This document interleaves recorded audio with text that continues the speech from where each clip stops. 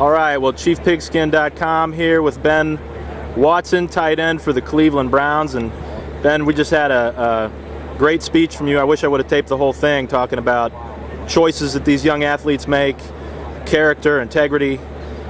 If you could, just talk a little bit about that, and for our coaches watching here, how they can impart passing that on to their athletes, making strong choices, and integrating their faith too for those coaches out there into that character education. Thank you. We just talked about choices, and the biggest choice in one's life is what we do with my son Jesus Christ.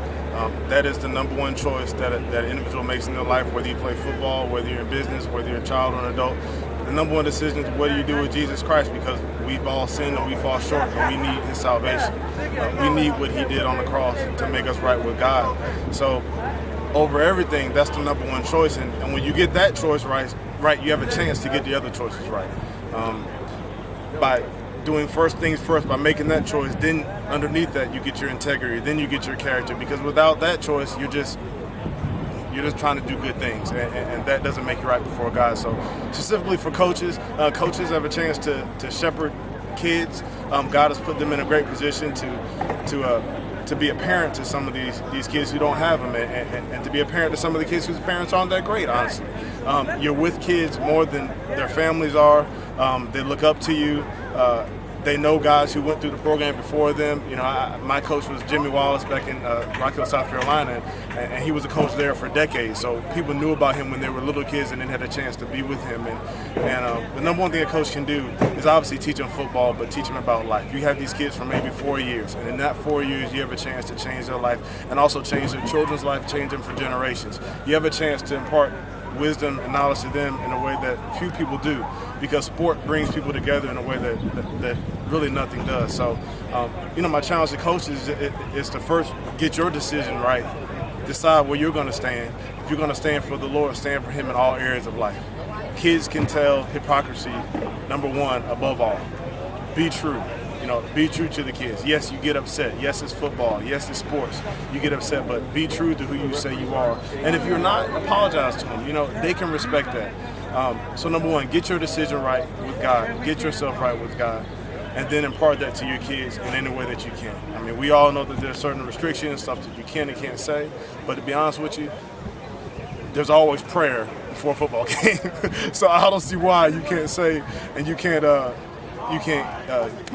give Christ to your kids in certain ways throughout the season. So again, it's a privilege to be a coach, and I would just pray that you prayerfully just seek God and how he will have you give that to your team.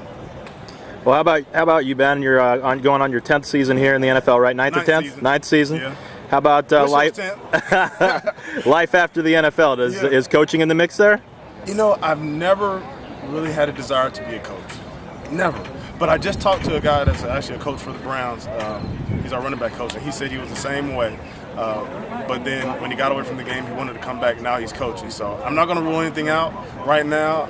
I don't want to coach too many hours, especially in the NFL. There's so many hours that they put in. They're away from their family so much. I have young kids, and I really would like to do something where I can spend more time with them. But who knows? I don't know. There's endless possibilities, I think. Well, you know how coaches are. I mean, they love to follow winning coaches. They love to follow coaches who've built dynasties, and none other than maybe the coach that you played for your first year in the league, the New England Patriots. You are a Super Bowl champion. What would you say that you took away from him from a coaching standpoint that our coaches would be interested to hear just from the inside? There's not a whole lot of guys who can give perspective from the inside of a program. Yeah, number one thing I would say would be discipline.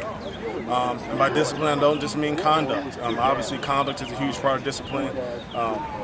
You don't see those guys. You don't see guys in New England, on the police blotter. You don't see them, getting arrested for different things. There's a certain culture there that's discipline, and then underneath that, discipline in the game of football. We knew we had a plan every week. We paid attention to details. Coach Belichick does a great job of breaking down film, formulating a plan. He's a stickler for details, and I think the details make the difference. Honestly, that was one of the hugest things. Coming from college, that when I was introduced to the whole system there in New England, is how many details, how much information players had to know. You need to go over every situation. You prepare for everything. So details were huge, but overall, the overarching theme I think there is discipline and being able to work for a goal, for short-term goals. Short-term goal setting is very important as well. You know, a lot of times you come out and you say, we want to win the Super Bowl. We want to go to the playoffs. I want to win a state championship, for example. But really, it's day by day. So our goals in New England were, okay, we want to have a good practice today. In the 7-on-7 drill, we want to go 9 for 10 or 10 for 10 in the 7-on-7 drill. We want to beat this team first. Then we worried about stuff as it went incrementally, but we took the big picture and shrunk it down to short-term goals, and I think that's a lot of what makes them successful. Well, Ben, we can't thank you enough. Again, thanks for that great talk to these young men, and good luck on your upcoming season. Thank you. Appreciate that.